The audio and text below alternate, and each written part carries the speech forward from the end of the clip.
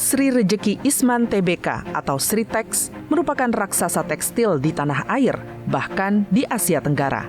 Pada Senin 21 Oktober 2024 lalu, Sritex serta 3 anak usahanya, yaitu PT Sinar Pancajaya, PT Bitratex Industries, dan PT Primayuda Mandiri Jaya dinyatakan pilot oleh Pengadilan Negeri Niaga Semarang karena tidak mampu membayar utang sebesar 101,3 miliar rupiah ke PT Indobarat Rayon.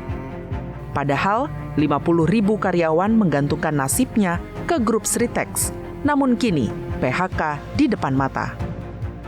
Selain utang sebesar 101,3 miliar rupiah, Sritex memiliki total tunggakan hingga 25,1 triliun rupiah yang didominasi utang bank dan obligasi.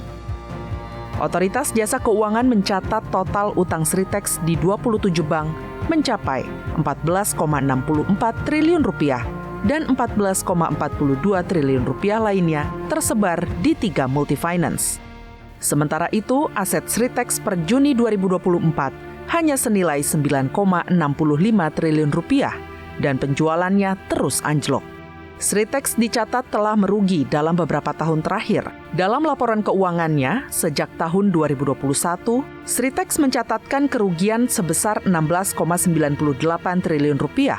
Kerugian ini terus berlanjut, bahkan hingga Juni 2024, Sritex masih mencatatkan rugi lebih dari 400 miliar rupiah.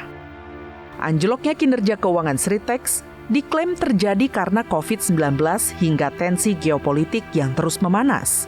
Padahal nama Sritex sudah diakui di kancah global. Dimulai dari toko kecil di Pasar Klewer di Solo, Jawa Tengah, Sritex pernah berjaya dan menjadi produsen seragam militer untuk Pakta Pertahanan Atlantik Utara atau NATO. Sritex juga telah memasok pakaian militer untuk lebih dari 33 negara. Karena kondisi geopolitik yang kian tak menentu, perusahaan yang berbasis di Sukoharjo, Jawa Tengah ini memutuskan untuk memperbesar pangsa pasar domestik. Namun, serbuan produk impor dari Cina membuat Sritex tak bisa bersaing dan akhirnya kolaps.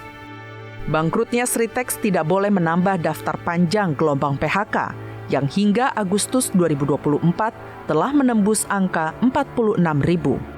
Karenanya, keinginan Presiden Prabowo Subianto menyelamatkan Sritex dinilai tepat.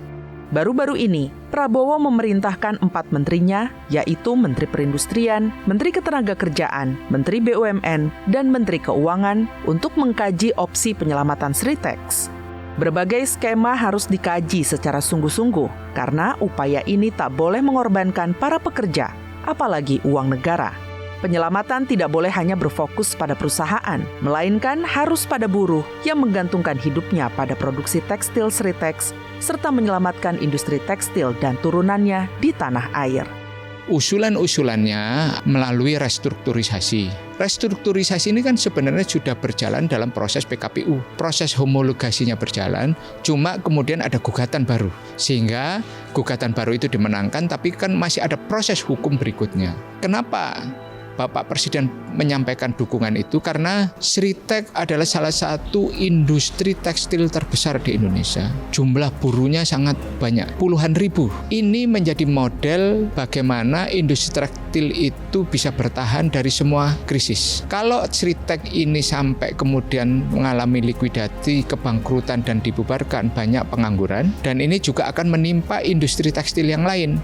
Fenomena Sritex harus dimaknai lebih luas. Bukan sekedar menyelamatkan Sritex, pemerintah juga harus memikirkan masa depan industri tekstil di tanah air. Kendornya perlindungan pemerintah terhadap produk dalam negeri dinilai juga jadi biang kerok kolapsnya industri TPT. Dikeluarkannya Peraturan Menteri Perdagangan atau Permendag Nomor 8 Tahun 2024 juga disebut-sebut menjadi faktor utama. Sudah saatnya pemerintah berpihak pada industri dalam negeri. Sudah saatnya regulasi dibentuk untuk melindungi rakyatnya, termasuk industri dan buruh yang bernaung di dalamnya. Penyelamatan Sritex bukanlah final, melainkan garis awal. Nasib dan keselamatan para pekerja harus jadi prioritas utama. Jangan sampai ada lagi karyawan yang di-PHK.